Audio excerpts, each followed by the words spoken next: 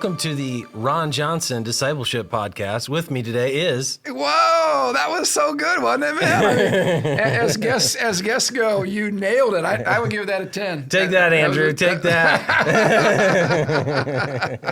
Hey, well, we are connecting worldview, Jesus Christ, Lordship with real life and things that really, really matter. And I am incredibly blessed today to have one of my dear friends.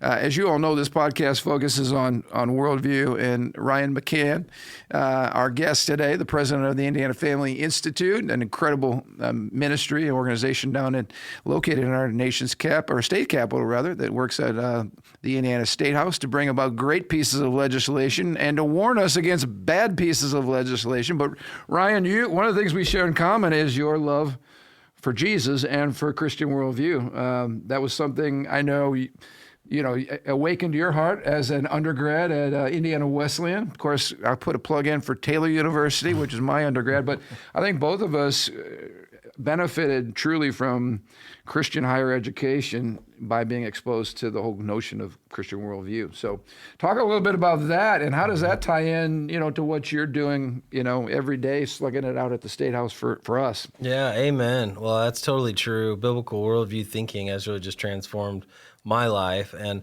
I came from a Christian home, mom and dad who loved the Lord, but really weren't involved in political or policy, thought or life or... Did you even hear of the word biblical worldview growing up in church or anything? I know I didn't. No, did not. Not in my church. We had a very good Bible-based church, but no, it just wasn't talked a lot about. And so going to Indiana Wesleyan University, at the time, it's been a few years now, but the professors there, particularly in the social science department, were just really big on biblical worldview. Francis Schaeffer, C.S. Lewis, Chuck Colson, all those type of folks. And we've talked about a lot of those voices on this podcast. Those are some of the great thinkers that really established. I guess for me, understanding biblical worldview broadened the gospel. Yeah, I knew about having Jesus in our heart, right? Having a personal relationship, salvation.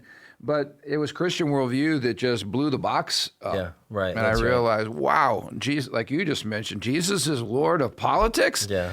Wow, I just thought he was Lord over the church. Yeah. But it's bigger than that. And when you realize the scope of his greatness, you realize, wow, the whole cosmos exists for his glory, which means anything we do for the glory of God. And so talk about your journey, I guess, from Indiana Wesleyan, raised in a Christian family, and then what you're doing now. That's kind of a leap for some people, like it does not compute. Yeah.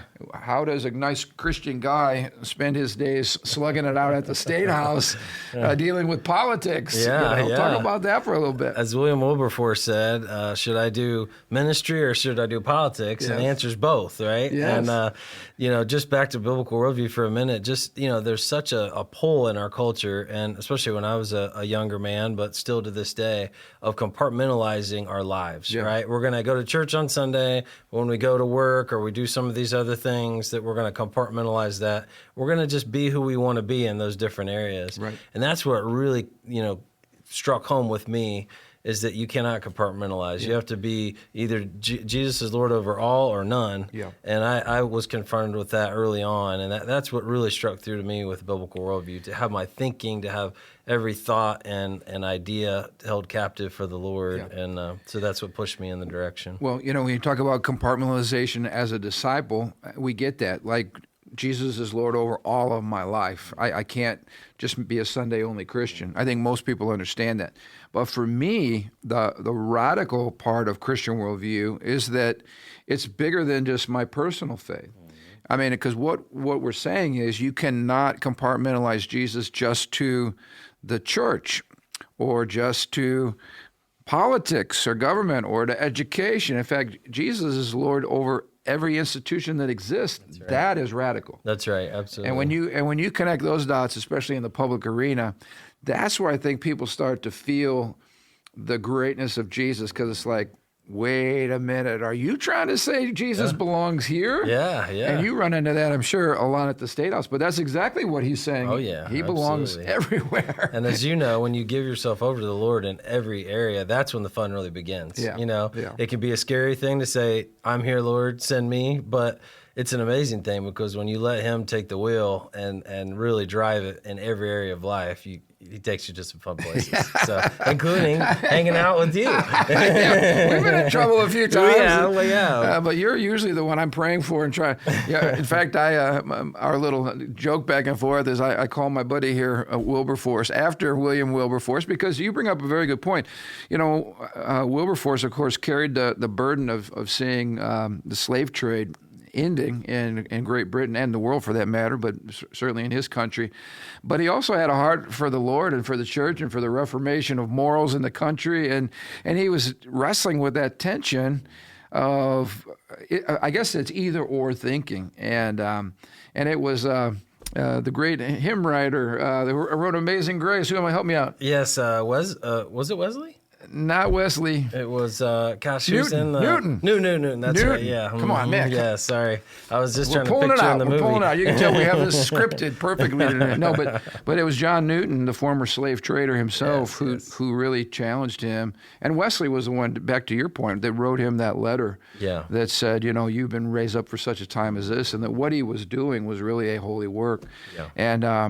And talk about how you wrestling with that same dichotomy, I guess, in your call, because you have a big heart for Jesus, you love the church, you love God's people, and yet you have a major passion and call for public policy. That's right. As growing up as a kid, no interest really in politics, didn't have that in my family or policy, none of that background, and I just felt really called during my time at Indiana Wesleyan, a sense of stewardship. Of when you look at our founding fathers, you look at the history of our nation, all the trying to rewrite history. We're a Christian nation. We were founded by vast majority of Christian people who were applying their faith to life and to government, and it's amazing. I know you've studied him, but I love David Barton and Wall Builders and a lot of the information that they have, and been involved in a lot of that over the years. And I just really felt a stewardship responsibility. If the Lord has given us these tremendous liberty, just the concept of self-government, throughout the entire history of the world, every civilization would have loved just that concept that we have that people have never had throughout the course of history. The whole understanding of freedom and our forms of government and rule of law and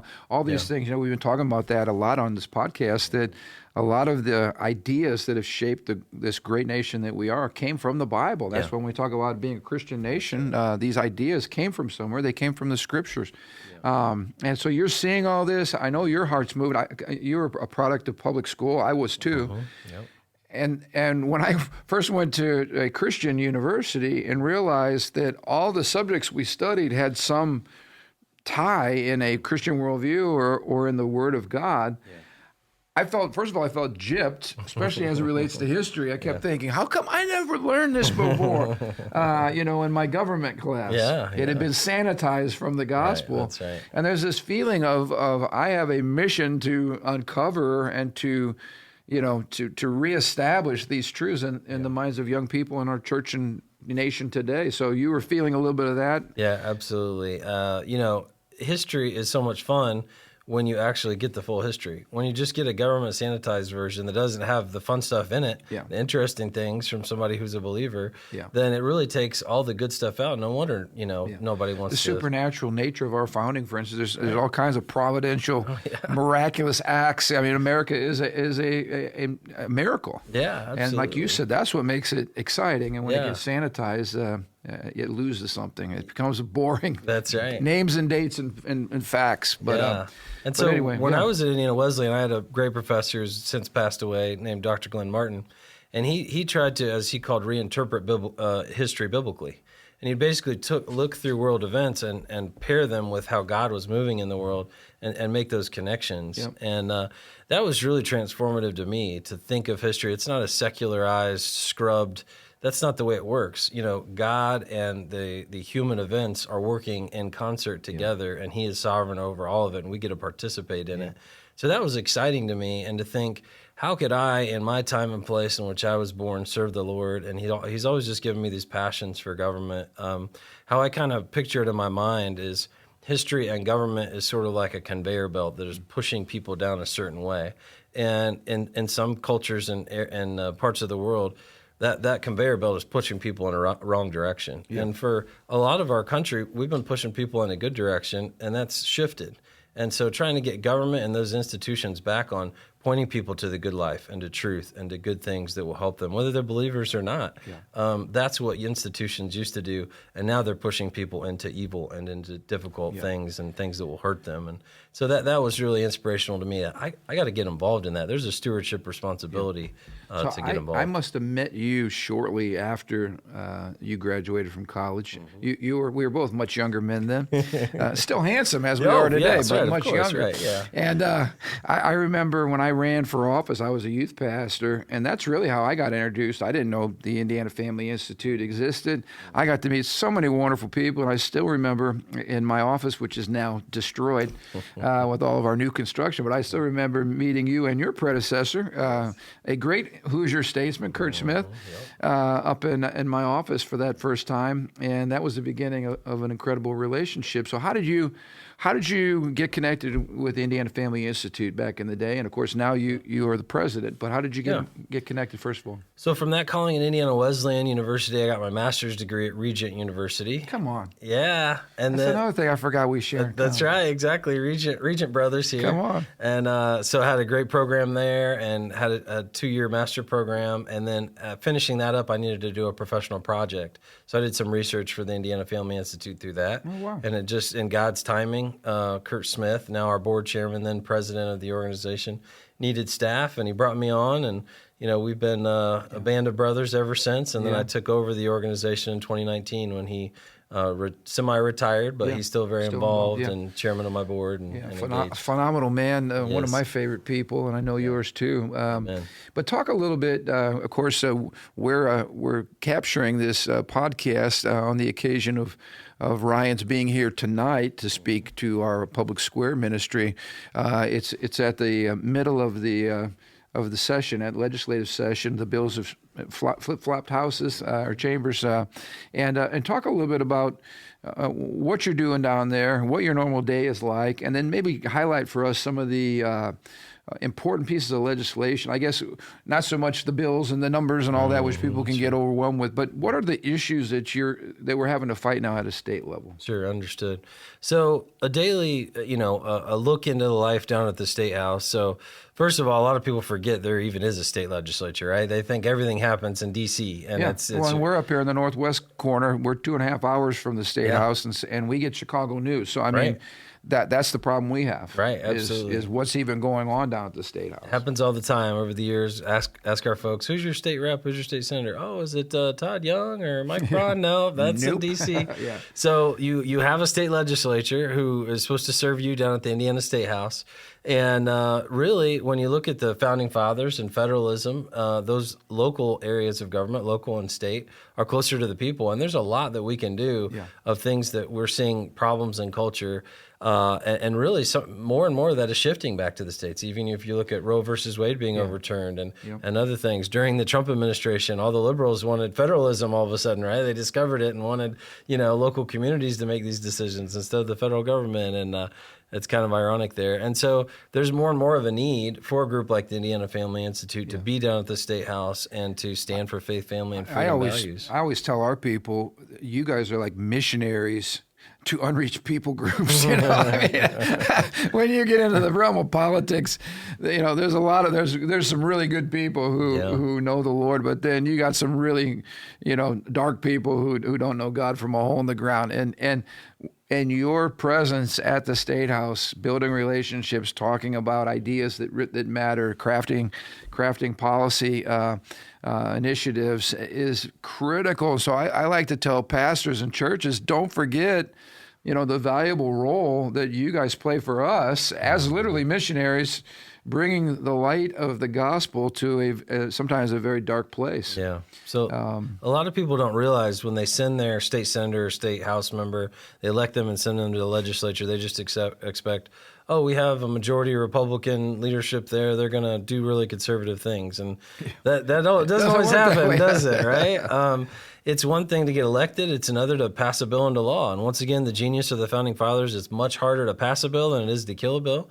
And so when you are the majority party in control, it's hard. It's hard to pass those things. And so that's where we come in. Over 1,000 bills get introduced in the legislature every year. That's stunning right there. So you guys have to wade through, and committee chairs and all that. And they wade through all that legislation and then figure out what's going to be the priority. Absolutely. In a very short period of time. In a long session like this one, we're a 2-year budget cycle. So this year, it's January through the end of April. They have to have everything done. And that's, all the way through one house and then over to the other. So a ton has to go into that. And just for a legislator, just being able to read the bills and understand them is just a monumental task. And so groups like Indiana Family Institute are so helpful in that we can have areas of expertise that we could focus on, like free speech and religious liberty and family issues. Yeah. We can educate legislators on how these bills work. We even put together a lot of language for legislators and educate them, give them the information they need to be successful as they talk about the issues,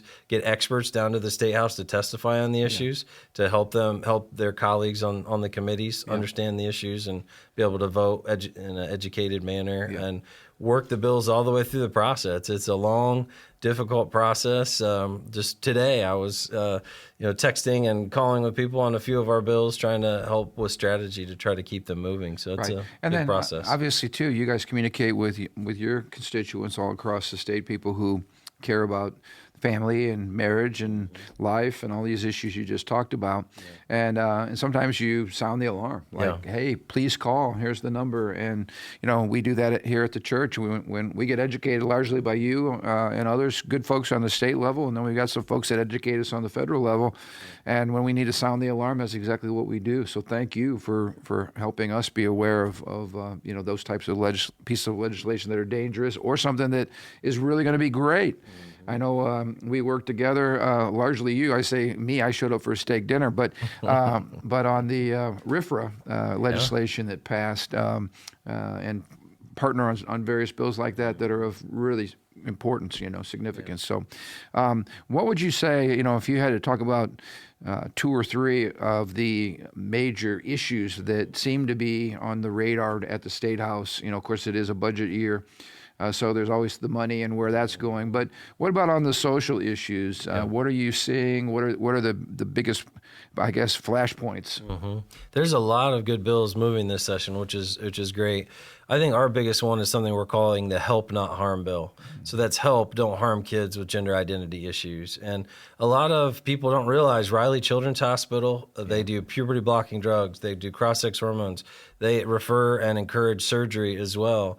So just to put a pause here, I was absolutely stunned at that all this was happening in a state like Indiana with a super majority of conservatives, a Republican Party with a super majority, not even close. Mm-hmm. And in our own backyard, you have a hospital like that's pushing these radical, progressive, insane, child mutilating policies right under our nose, and how that could happen in our own backyard. And you guys are aware of this, obviously, and exposing this and helping pass legislation to stop it. So what's going on there, and what's this bill seek to do? Yeah. So the bill passed through the Senate. It's over under the House now. We should get a hearing soon. Basically, what it says is that medical folks can't push minors into puberty blocking drugs, cross-sex hormones, and surgery. Just more and more that we're seeing. It's just tremendously devastating, obviously. And once this process gets started, there's no reversing it. So these kids are damaged for the rest of their lives. That's right. It's an irreversible decision. These drugs are not meant for what they're using them for. When they were FDA approved, for example, puberty blocking drugs are meant for when you have very early puberty that should not be happening that early, to try to delay it a year or 2 at most. Right. They're trying to delay it a decade or more, and then add on cross-sex hormones. We're seeing people with osteoporosis at young ages, with organ damage, with all sorts of structural damage to their body. And then you get into the surgeries. I've been able to meet and have relationships with a few detransitioners. lifelong pain and suffering and just debilitating medical issues because of this, and it's sad. At the end of the day, it's about an ideology, and it's about money. Because it's a big moneymaker for hospitals. It's $1 billion industry already, and it's sad because we're seeing folks come. And of course, the supply side of the medical side is now the predatory, policies and teaching that's in our public schools. So talk a little bit about that, because there is an incredibly disturbing case that I really want our listeners to hear about. Because again, up in our part of Northwest Indiana, I don't know that it's made the news, but talk about the family that with the child that was taken away, and this is something that I think concerns parents. Anyway, I don't care what side of the political aisle you're on. Parents are deeply concerned about this. That's interesting. That's one of the interesting things on some of the issues we're dealing with these days is they really are, in a lot of sense, bipartisan, where there's, conservative Republicans that support them, but also actually some center-left people. Several of the detransitioners who have testified for us are Democrats, are liberals, are ACLU supporting, one gal's in a same-sex relationship, a marriage with another female. I mean, it's coming to the point where these are so obviously evil and difficult, the things that are happening, that we're getting broad coalitions. On this specific case, Mary and Jeremy Cox here in Indiana, great Catholic family. They have 6 kids. Their son was having gender identity issues and another of other mental health issues at the age of 16 a couple of years ago. They got in touch with us because DCS was investigating them because they would not refer to their biological male son as a female.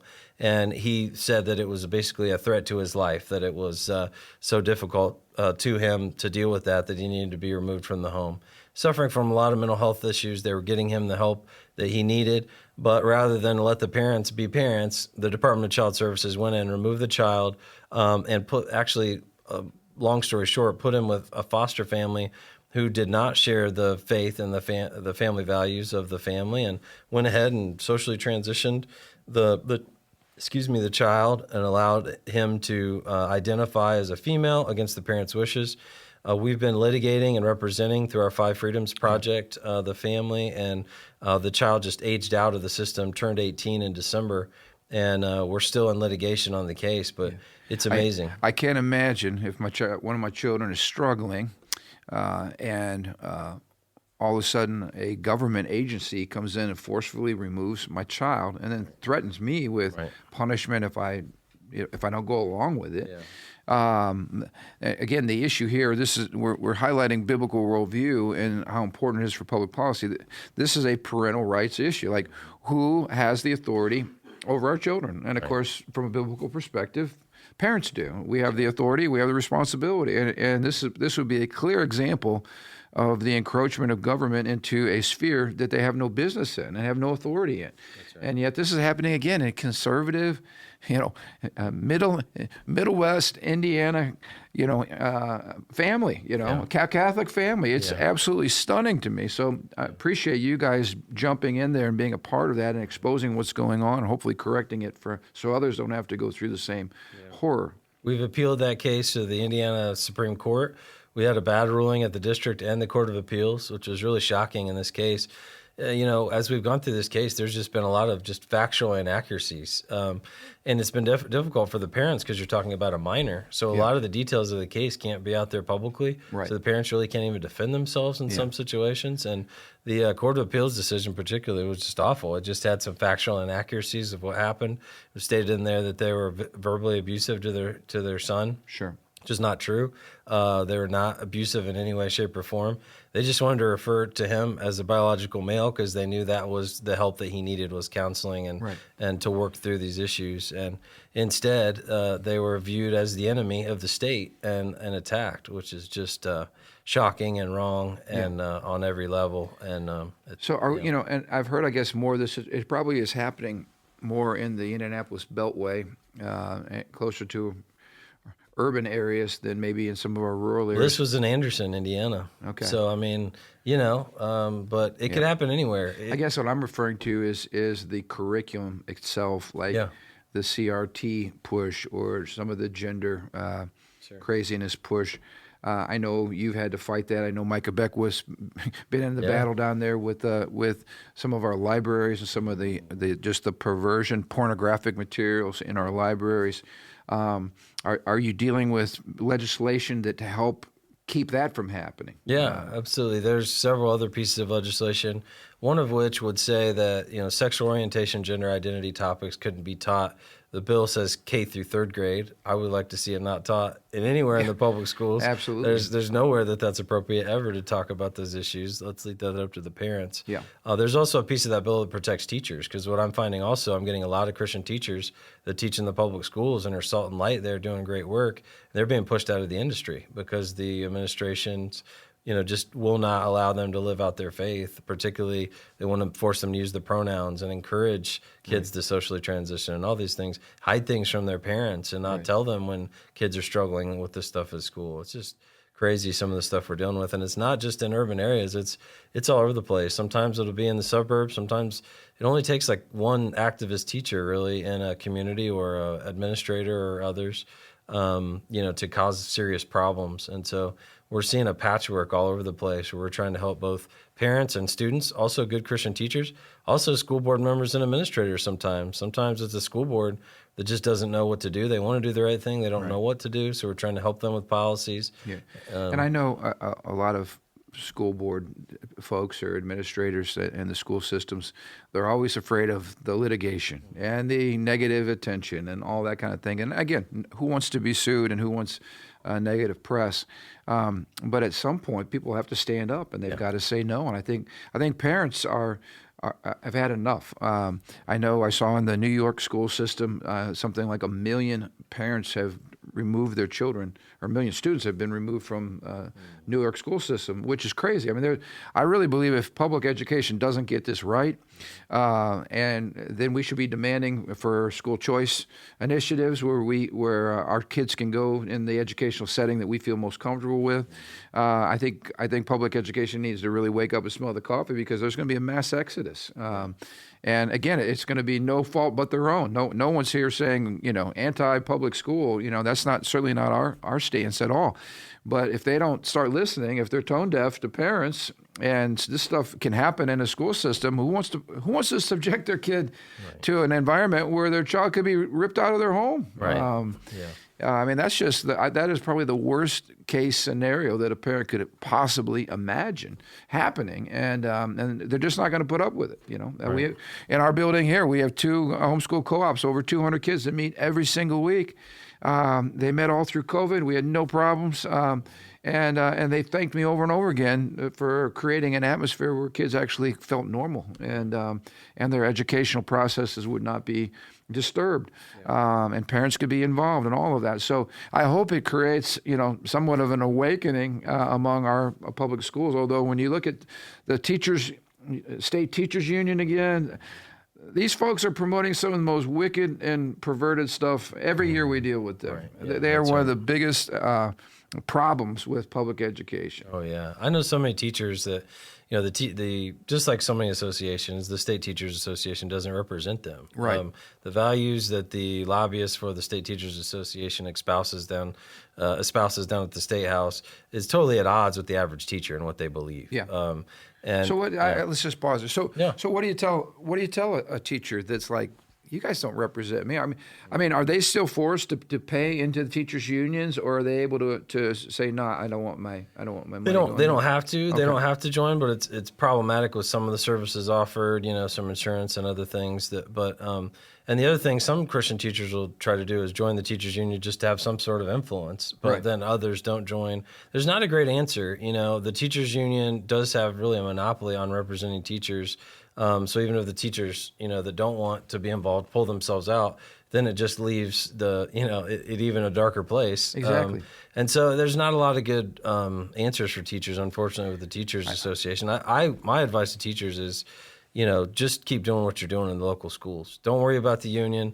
Just try to ignore them as much as possible and go out and be Jesus to those kids in your classroom in the local school.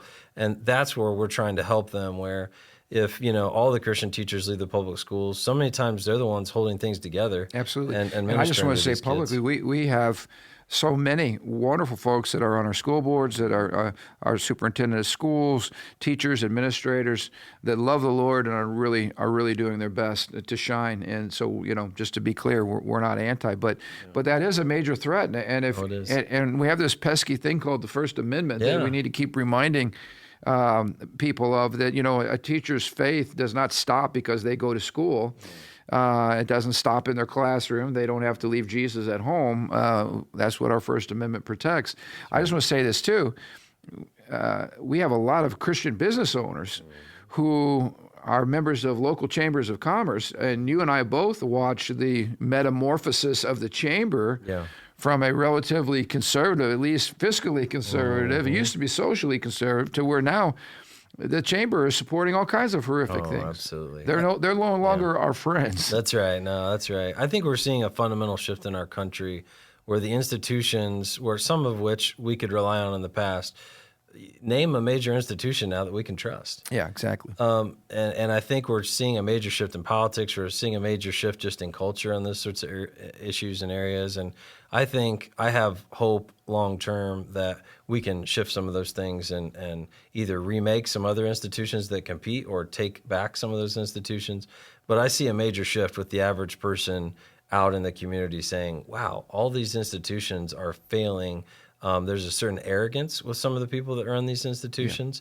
They feel that they're better than a lot of the average people out there just trying to raise kids and families. And there's a major split in the country in those areas, and that's coming to a head. I think we saw that with some of the discussions and arguments and even policy decisions in the Trump administration between those two groups. And I think we continue to see it play out. And it's important for the future of the country, even though I think the vast majority of people would believe in the common sense things we're talking about here today. There are a small group of folks, really, when you look at it, that control these institutions that are creating major problems for our country. Yeah, it is the echo chamber. I think a lot of local politicians are saying, hey, guys, we're out of touch with average America. And the problem is we've lost, it gets back to biblical worldview, which is what we're talking about right here. When the church started believing that Jesus just belonged in the four walls of the church, we started pulling out of education, we started pulling out of the media, journalism, our universities and colleges. You name it. Every mind-shaping institution, and now we find ourselves, corporate America's gone woke, the media's gone woke, most of our politicians are out of touch, most of our public anything is gone woke. And it seems like we're outnumbered and everybody's, doesn't believe like us. But that's just not true. That's not true. We just don't have the megaphones, but we're starting to get those megaphones. That's right. And I think part of what biblical worldview says is don't retreat, run into the battle. That's right. And be faithful and take ground and be a good steward and occupy until Jesus comes. Amen. And that to me is where our hope lies. Amen. So I guess I want to, and just in the few minutes we have left, if you had a megaphone here, which you do, a microphone, to speak to just Christians who are watching, as it relates to what you do, and it's important, and what advice you would give them, share your heart a little bit with just believers, and in this day and age, what you're seeing, you're right on the front lines of the battle. So. The bullets are flying, the bombs are exploding all around, and if anybody knows what's going on and where the battles are being fought, you do. So share your heart with parents, and then I want to ask you one final question. I'm saving the hard one for the end. Absolutely, that's good. Well, I would say just take courage. I think a lot of what we see in social media and media and other things that we read and see are fake, are make-believe, are not the real story. They're designed to make us feel like we're alone and isolated and can do nothing. The common sense is still alive and well in America. It's just with the average mom and dad raising their kids, just trying to live their life, not running the corporation or running the institution or running the, making the decisions at the, Channel 6 News or whatever. So I would say, number one, take courage. One of the things that I think is most effective that we do at IFI these days is just come alongside regular people, regular Christians who represent the majority of Indiana, and just come alongside them and say, you can do this. You can live out your faith and culture. You don't have to hide. We still have liberty and freedom in America. Things are going in a bad direction, but there's still plenty that you can do. And so that's what we try to do with all of our programs, whether it's our leadership series, our Daniel Initiative, or the different things that we do, our Five Freedoms Project, representing people. We just try to give, I think there's a need for Christians in our state and in our nation to have courage and realize that, you read through biblical history and the disciples and the prophets and read all the way from the Old Testament to the New Testament. I still think we have it better than almost any era that you can read in Scripture. Absolutely. And we just need to have the courage to get out there in our culture, retake that local chamber of commerce. Think about how your local small business can influence your community for good, for Jesus. Not compartmentalizing our faith, but to think about it in all areas of life. How we vote, how we spend our money. How are we going to remake our community so it's better for our kids and our grandkids? I think there's still plenty of hope to do that. We're really hope givers at IFI these days. And I find once we can kind of get that fire in people's belly, that, it's not a lost cause. America is worth saving. Indiana, we can do some really good things. It's amazing what a relatively small group of people can do, and we're seeing that every day. Yeah. Well, that's encouraging. And that's the other thing I love about our worldview is we are prisoners of hope. Yeah. It's never too dark. It's never a situation beyond hope. That's the beauty of Christ and the gospel to transform people and transform nations. So the last question I would ask you is, what would be your plea to local pastors? We live in that compartmentalization, I guess, is probably as profound as ever in the local church. We care about people's souls. We want to get people in heaven. Yeah. But the rest of what's going on, I think sometimes pastors feel overwhelmed. Yeah. Sometimes pastors just feel like, I'm not an expert there. I'm not going to try to do something where I have no clue. Yeah. There's lots of issues there that I guess lead to the silencing of the pulpit. But what would be your plea as it relates to local church pastors, knowing what you guys do and maybe how can they really make a big difference? Yeah, absolutely. Well, if I could, I don't believe in cloning, but if I could and clone you and have you around the state, that's what I would do. I would just say, if you're a pastor and you don't know Dr. Ron, you should, and you do a great job of giving courage and giving hope and having that balance of truth and love out in culture. And we just need more pastors that are willing to engage in that way. I think pastors sometimes hear the loudest voice in their church or their community, and the loudest voice usually is not the majority voice. Yeah. It is not the people that really represent your church body or the community. The loudest voice oftentimes is not represent that at all. And so I would just say courage. I would say you don't have to be a policy expert like me or a lobbyist or anyone like that. But this artificial separation of church and state where you think you can't get involved in your community and make a difference, that's from the devil. That's just not true at all. And the crux of our faith, the basis of our biblical worldview is we need to get in there in our communities. Yeah. We need to get out there and be effective for Jesus. And I've actually, we talk a lot about worldview and it's how that's changed our lives, but I really believe you can almost put pastors in one of two pots. Mm-hmm. Those who have had Christian worldview training understand that the gospel is broad. Yeah. Those that have not, they don't get it. It's like the paradigm's not even there. Yeah. And we both experienced that kind of transformational thinking when we went off to college. It was mind-blowing to me. I remember coming out of class telling my wife to be, honey, you won't ever believe what I learned today. All truth is God's truth wherever it's found. Oh my gosh, I never heard this before. Wow. And I started connecting the dots, and it created like an explosion in my brain. Yeah. When I started going, wow, Jesus is bigger than I thought he was.